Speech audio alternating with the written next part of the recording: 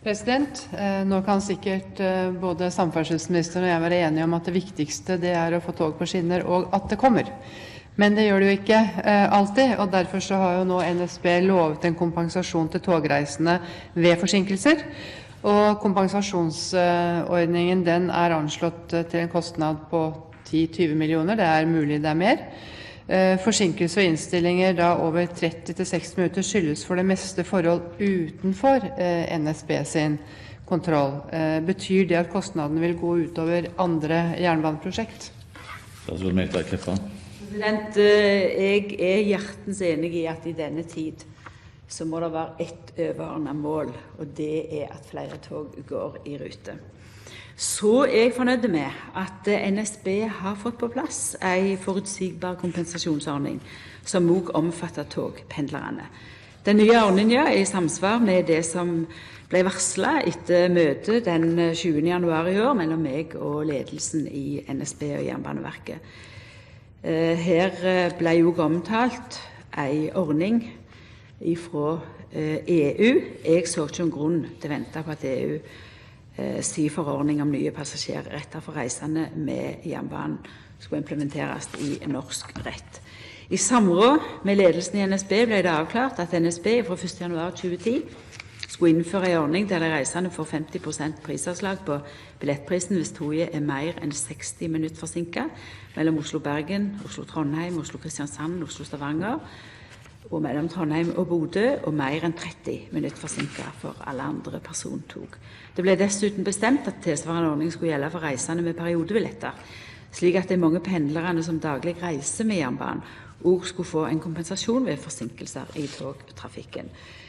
Jeg oppmerksom på at NSB kan komme til å kreve kompensasjon for de merkostnadene ordningen vil innebære for selskapet, og som ligger inne i avtalen staten ved Samferdselsdepartementet har med NSB om statlige kjøp.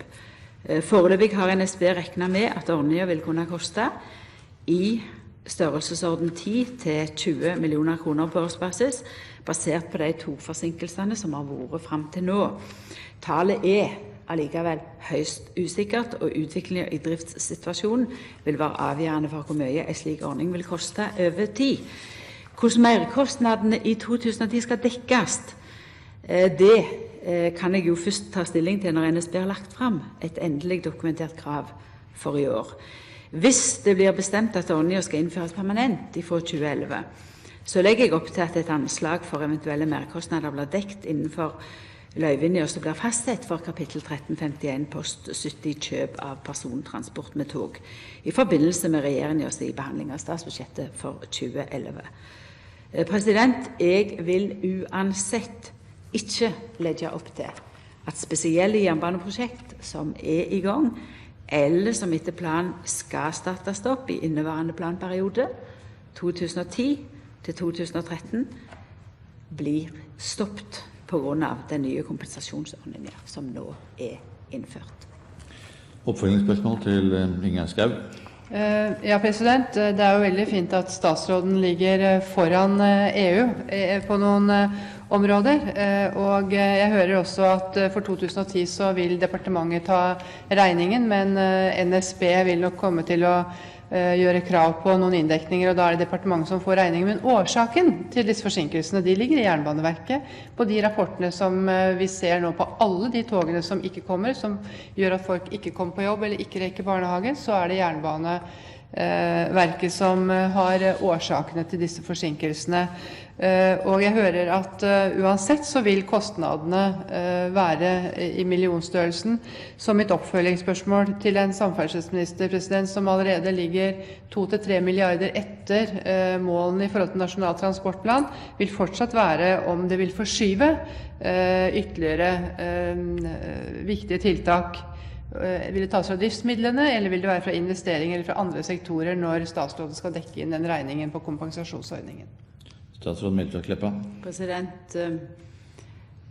Det rett at årsakene skyldes tiår med forsømmelser i forhold til skinnegangen. Her også gammelt togmateriell, og her blir jo nå gjort en intensiv innsats både for å forbedre skinnegangen fra Jernbaneverket sin side. Og her òg gitt bevilgninger til bestilling av nytt togmateriell. Så da mitt svar at kostnadene med denne refusjonsordninga skal ikke gå ut over andre jernbaneprosjekt. Ingjerd Schou til oppfølgende spørsmål. Ja, det er viktig at, og jeg er enig med statsråden i at vi trenger gode og langsiktige løsninger, og en statsråd som tør og vil utvise et overordnet lederskap. Hensikten med en sånn kompensasjonsordning burde jo være å gi NSB og Jernbaneverket en motivasjon til å tenke brukerorientert og være opptatt av brukeren, og at resultatene får økonomiske konsekvenser. Jeg er ikke sikker på at vi oppnår det ved en sånn type blankofullmakt fra departementet.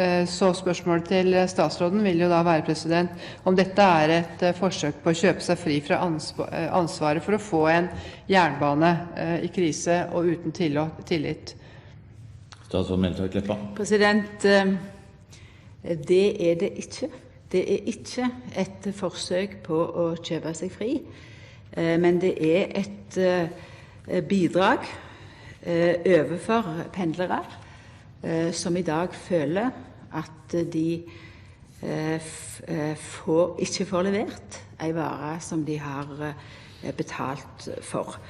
Vi kan ikke dekke alle omkostninger. Det er fra før en ordning i forhold til drosjeutgifter og andre faktiske utgifter som går sin gang. Men la meg understreke motivasjon i NSB og Jernbaneverket. Altså, jeg har møtt både i ledelsen i NSB og i Jernbaneverket, og bokstavelig talt ute på tog og spor, mange svært motiverte fagfolk som gjør så godt de kan i en krevende tid, i en tid der kulden har forsterket problemet.